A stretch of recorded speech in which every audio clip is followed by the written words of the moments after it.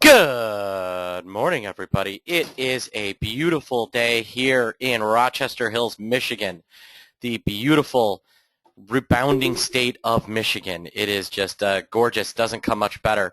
Hey, reminder. So we had a great event on um, Wednesday. Went through an introduction to the VIX, went through a lot of different things like that. And we've got now this, and this was in leading up to this special VIX and VIX ETP primer, which is going to be Saturday, October 4th. That is free for option pit students, and only regularly we do these for 147 bucks. This time it's only 47 bucks. You can catch the replay of the webinar that I did on Wednesday here as well.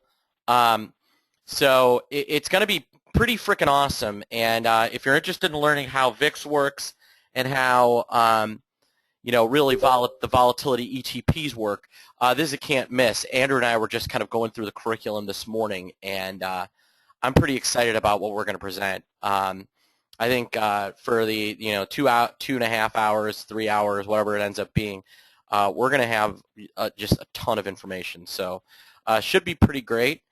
Now let's talk about the market. Well, yesterday, I think yesterday was a bit of a one-off event. I think vol got completely overdone, and vol didn't. I think the market got completely overdone. What's interesting is that the market had a 32-point sell-off, so almost a 2% move, and the VIX was up 2%. Well, why? Well, and this is kind of the subject of our blog yesterday. Let's take a look at you do not. Let's take a look at our blog yesterday, where I'd been talking about this realized volatility gap and how wide it was, and how the VIX was just kind of creeping higher, creeping higher, creeping higher. All right, and how the VIX was just creeping higher and higher and higher. And now here we have them. Here we get a big move out of the S&P 500, and now the two are kind of starting to converge. So the VIX didn't move up that much yesterday.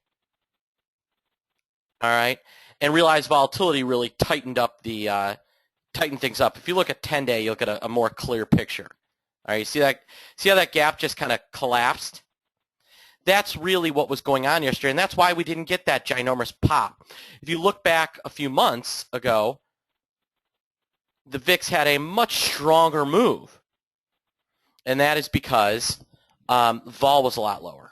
See, vol went from, this is the live vol VIX equivalent, went from like 11 to 15 overnight.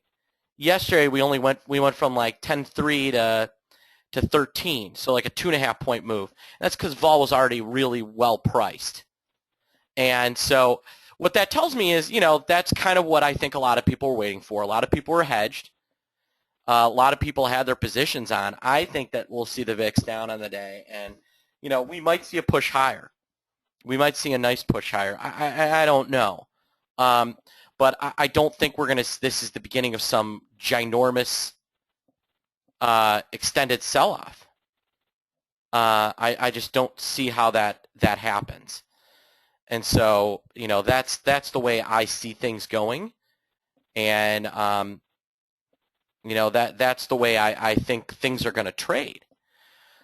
So maybe we don't get the big, huge push higher, yes. And maybe we don't get a big push higher. But I don't think we're going to see this huge push lower, and I am expecting things to calm down. If we get one more push, maybe it happens on Monday. The 100-day moving average is somewhere around 1950, 1960, that range. So there maybe is another 10 points in this, but that's about it. So we're at the point where people start seeing buying opportunity, and there's a lot of cash on the side. So I just don't see a lot of pressure. Now, if you look at the VIX, one thing to note is that while futures themselves are not backward, we do have the VIX cash and VXST trading at a premium to the October future, which means that kind of the October future is saying, yeah, this might be it. All right, and this might be as high as we get.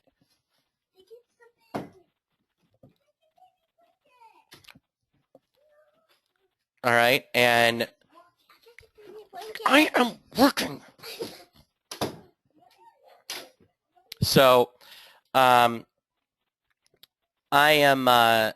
So sorry about that. When when I'm watching things, I just don't see how we're going to have like some sort of horrible sell-off. Now, could we be down on the day? Could we see like a little more pressure lower?